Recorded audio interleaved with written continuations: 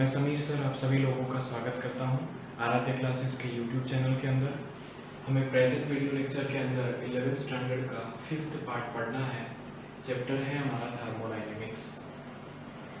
उसके अंदर जो हमें फर्स्ट चीज समझनी है वो है स्टैंडर्ड एंथैल्पी ऑफ रिएक्शन। इसका सिंबल होता है delta HR0। Standard enthalpy of reaction का जो सिंबल होता है वो है डेल्टा HR0। डेफिनेशन पहले समझ लेते हैं। It is the enthalpy change when given number of the moles of reactants in the chemical reaction react completely to form the products under standard conditions. किसी रिएक्शन के अंदर जो given number of moles of reactants हैं वो completely products form करें।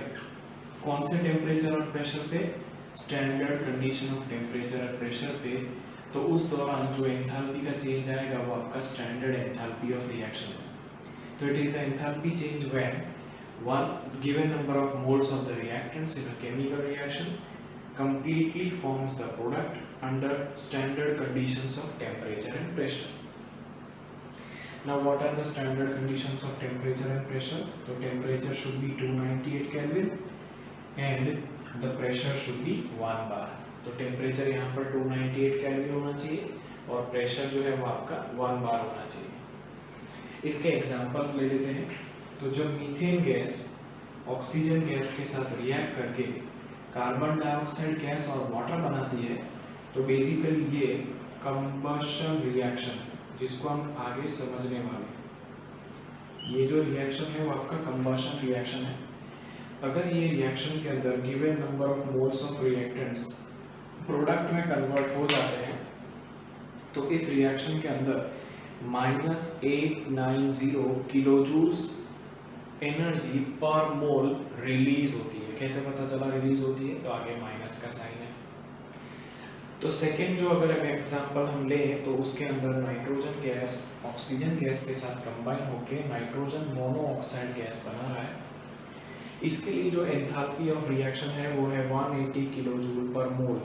ये आपका endothermic process है क्योंकि इसके अंदर आपका जो रिएक्टेंट है वो एनर्जी को एब्सॉर्ब कर रहा है। तो इन दोनों ही रिएक्शंस के साथ कुछ ना कुछ एनर्जी का चेंज एसोसिएटेड है जिसको स्टैंडर्ड एंथैल्पी ऑफ रिएक्शन बोला जाता है। जहाँ जहाँ पर भी एंथैल्पी ऑफ रिएक्शन स्टैंडर्ड होगा वहाँ पर ऊपर 0 लिखा हुआ आपको देखने को मिलेगा।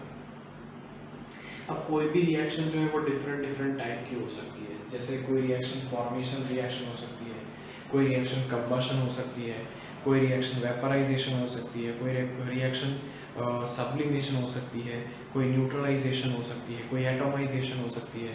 तो हम अलग अलग टाइप के केमिकल रिएक्शंस के लिए अलग अलग टाइप का जो एंथैल्पी का चेंज आएगा वो समझने का प्रयत्न करेंगे। तो यहाँ पर जो फर्स्ट एंथैल्पी चेंज है उसका नाम है standard enthalpy of formation. Symbolically हम इसको डेल्टा HF0 के नाम से जानेंगे। तो डेफिनेशन बिल्कुल इसके जैसा ही है। It is defined as the enthalpy change when 1 mole of a substance is formed. यहाँ पर इस कंडीशन को खास ध्यान से समझना। यहाँ पर जो एंथैल्पी ऑफ फॉर्मेशन है वहाँ पर हमेशा आपका 1 मोल प्रोडक्ट ही फॉर्म होना चाहिए।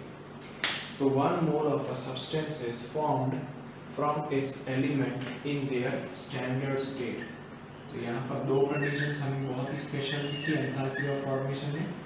पहला ये है कि जो आपका प्रोडक्ट है वो 1 मोल बनना चाहिए और दूसरा वो आपके स्टैंडर्ड स्टेट में से बनना चाहिए।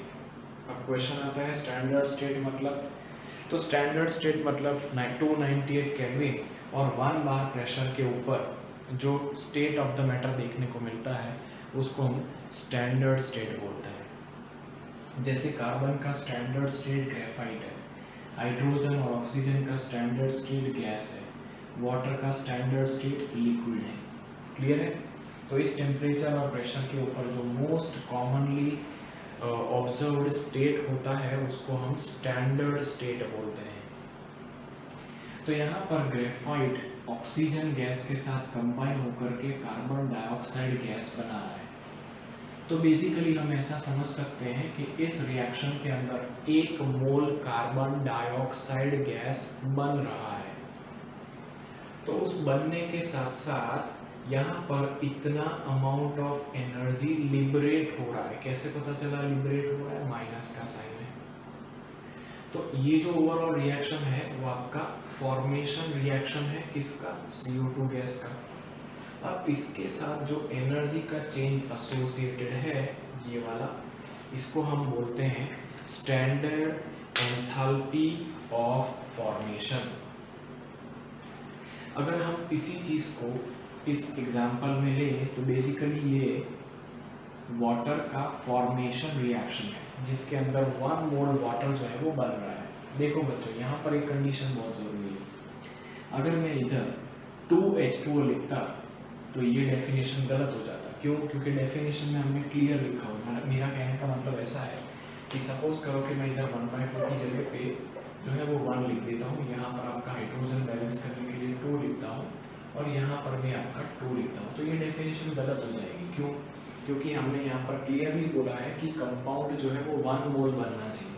तो कंपाउंड अगर आपको यहाँ पर 1 मोल बनाना है तो यहाँ से दोनों 2 हटा करके इधर 1/2 आ जाएगा। क्लियर हुआ? आई होप आपको ये चीज अभी।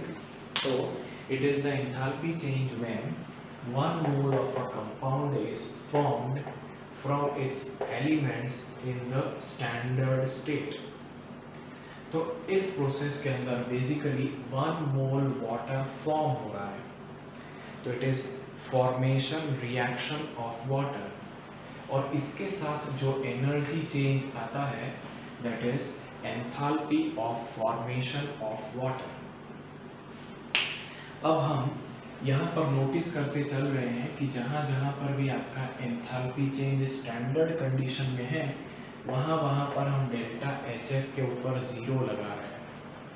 डेल्टा HF के ऊपर या डेल्टा HR के ऊपर 0 लगाने का मतलब है कि वो रिएक्शन आपका स्टैंडर्ड स्टेट में 298 केल्विन और 1 बार प्रेशर के ऊपर हो रहा है। अब स्टैंडर्ड एंथैल्पी ऑफ कंबशन की बात करते हैं। बेसिकली कंबशन का मतलब आप लोग जानते हो, कंबशन और बर्निंग ऐसे तो अलग अलग प्रोसीजर्स हैं, बट फिर भी हम लोग ऐसा समझेंगे कि कंबशन का मतलब है बर्निंग, जलना। तो it is the enthalpy change, अगर हम डेफिनेशन की बात करें तो it is the enthalpy change when 1 mole of a substance undergo complete combustion. यहाँ पर ये वर्ड बहुत ही ज़्यादा इम्पोर्टेंट है। यहाँ पर जो कंबशन होना चाहिए वो कंप्लीट होना चाहिए, ठीक है। कंप्लीट कंबशन मतलब क्या है वो आप जानते हो, ठीक है। तो यहाँ पर 1 मोल ऑफ सब्सटेंस का, ये भी कंडीशन बहुत जरूरी है, 1 मोल सब्सटेंस का बराबर कंप्लीट कंबशन होना चाहिए, बराबर। तो 1 मोल सब्सटेंस के कंप्लीट कंबशन से CO2 और वाटर बनना चाहिए। जैसे यहाँ पर जो रेड मार्कर से मैंने एग्जांपल लिया है उसके अंदर मीथेन गैस ऑक्सीजन गैस के साथ रिएक्ट कर रही है। यहाँ पर ऑक्सीजन गैस का ये क्या 2 या 3 मोल है वो नहीं देखना है। जो मॉलिक्यूल रिएक्ट कर रहा है, जिसका बर्निंग हो रहा है, जिसका कंबशन हो रहा है, उसका 1 मोल होना चाहिए। तो 1 मोल मीथेन ऑक्सीजन के साथ रिएक्ट करके कार्बन डाइऑक्साइड और वाटर बना रहा है। तो बेसिकली ये जो रिएक्शन है वो कंबशन रिएक्शन है जिसका जो एनर्जी चेंज है वो 890 किलोजूल पर मोल है। मतलब जब 1 मोल मीथेन कंबशन अंडरगो करता है तब 890 किलोजूल्स एनर्जी जो है वो लिबरेट होती है।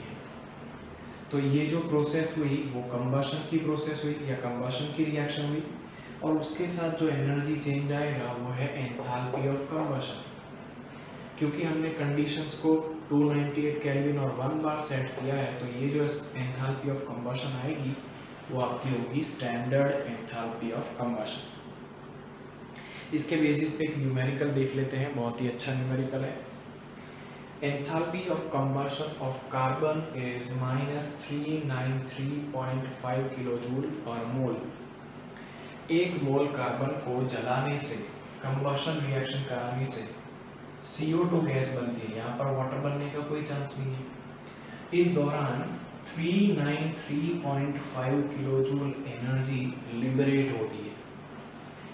Calculate the amount of heat released when 35.2 grams CO2 is formed. तो यहाँ पर ये रिएक्शन